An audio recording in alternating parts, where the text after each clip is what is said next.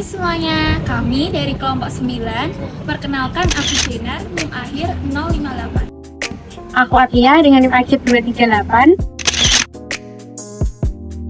Aku Satria dengan NIM akhir 260. Aku Firman dengan NIM akhir 132. Aku Luna dengan NIM akhir 104.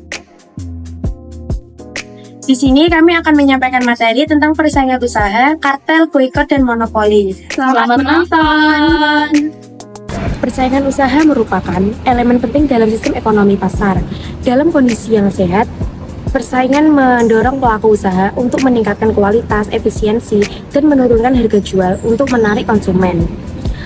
Namun, praktik curang seperti kartel, boikot, dan monopoli sering muncul dan meraih keuntungan yang besar dan cara yang tidak adil. Jadi yang pertama adalah kartel. Apa itu kartel? Kartel merupakan salah satu bentuk kerjasama ilegal antar perusahaan yang tujuan utamanya adalah untuk meraih keuntungan yang sebesar-besarnya.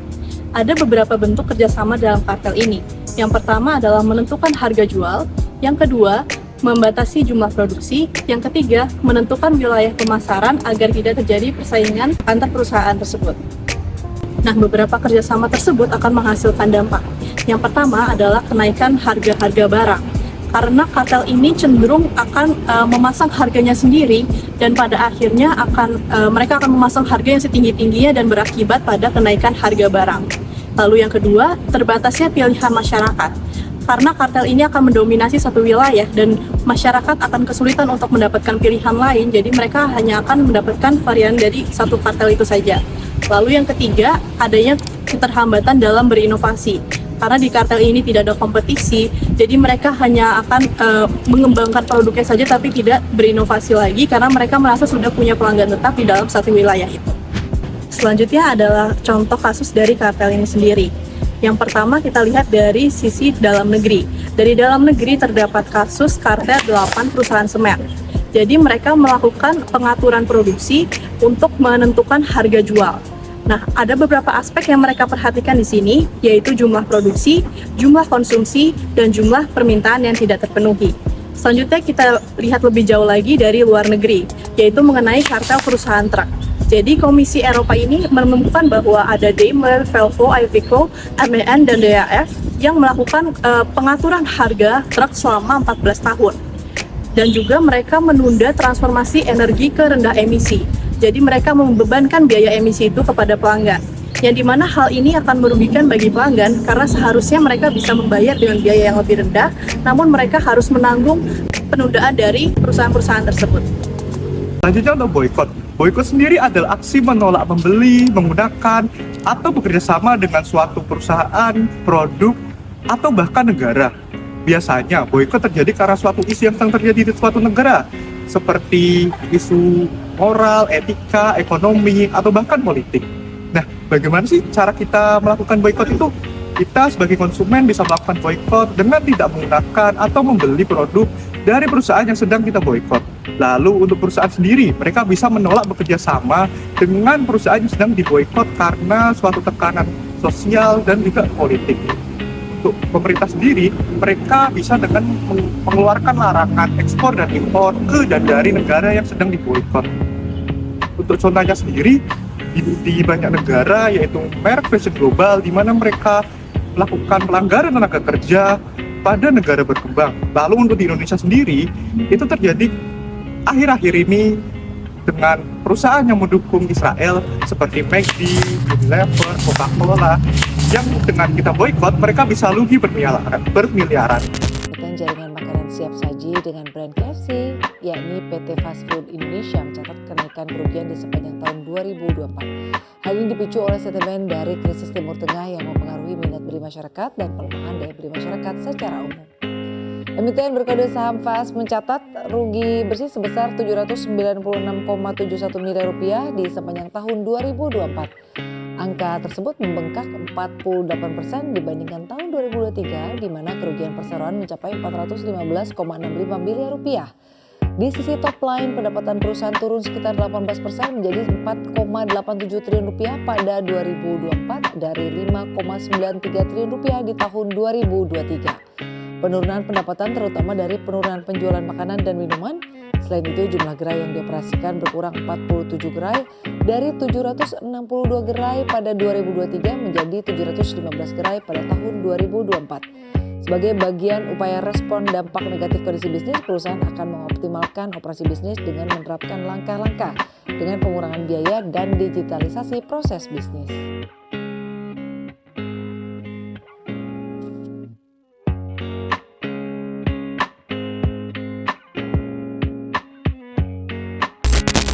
Selanjutnya, untuk dampaknya sendiri, dampak positifnya, kita bisa membuat perusahaan tersebut bertanggung jawab atas support mereka terhadap isu yang sedang berjalan. Lalu, untuk konsumen, kita bisa menambahkan kesadaran etis pada konsumen yang sedang membeli produk yang sedang kita boikot. Untuk dampak negatifnya sendiri, boikot bisa menjadi negatif dan tidak sehat jika dilakukan oleh usaha lain untuk menjatuhkan saingannya dengan terorganisasi terlebih dahulu. Oke, jadi praktik yang ketiga ini adalah praktik monopoli. Nah, apa sih praktik monopoli ini? Jadi praktik monopoli adalah suatu kondisi di mana suatu perusahaan atau pelaku usaha itu menguasai secara penuh suatu pasar tanpa ada persaingan yang berarti. Nah, berarti di kondisi ini suatu pelaku usaha tersebut memiliki kontrol penuh atas harga barang, jumlah barang, kualitas barang, dan lain-lain. Kenapa sih monopoli ini sering dianggap negatif?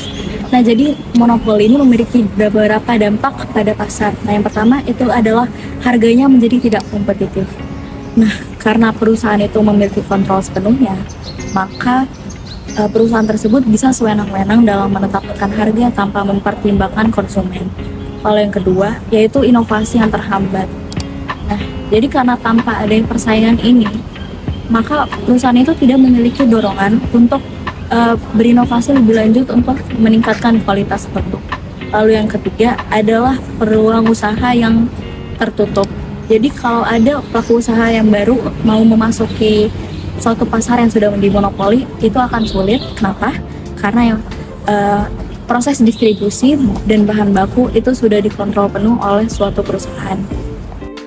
Nah, praktik monopoli ini sendiri pernah dilakukan oleh Microsoft. Jadi Microsoft itu pernah digugat oleh Dewan Kehakiman Amerika Serikat karena diduga secara ilegal memperluas praktik monopolinya dan melanggar dekret persetujuan dengan memasukkan perangkat lunak Internet Explorer ke dalam perangkat lunak Windows. The genius of Bill Gates was to realize that there were lots of computer makers, but somebody had to get them to write for the same specifications. There had to be a standard operating system to essentially tame the Wild West of personal computers. Windows quickly takes the computer business by storm.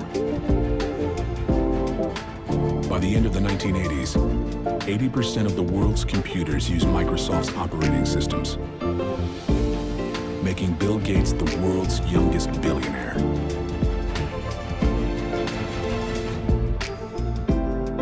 But now, Gates goes even further. Microsoft starts to bundle additional programs with their operating systems.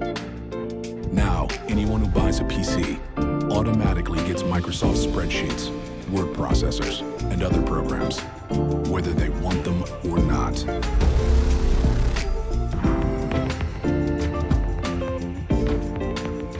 Bill Gates is a genius at assembling all the parts that were needed to create the modern computer software industry.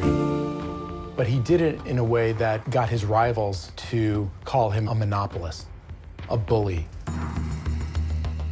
By the mid-90s, Microsoft's aggressive tactics begin to backfire. Competitors accuse the software giant of monopolizing the industry.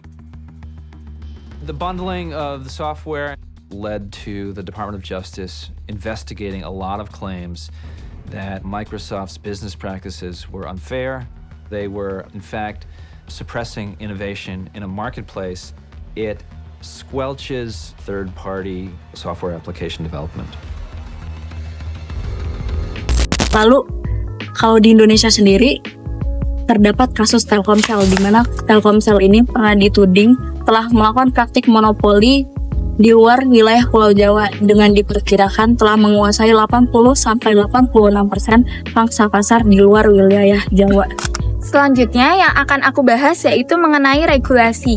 Di Indonesia, praktik monopoli, kartel, dan juga boikot diatur dalam UU Nomor 5 Tahun 1999 tentang larangan praktik monopoli dan juga persaingan usaha yang tidak sehat.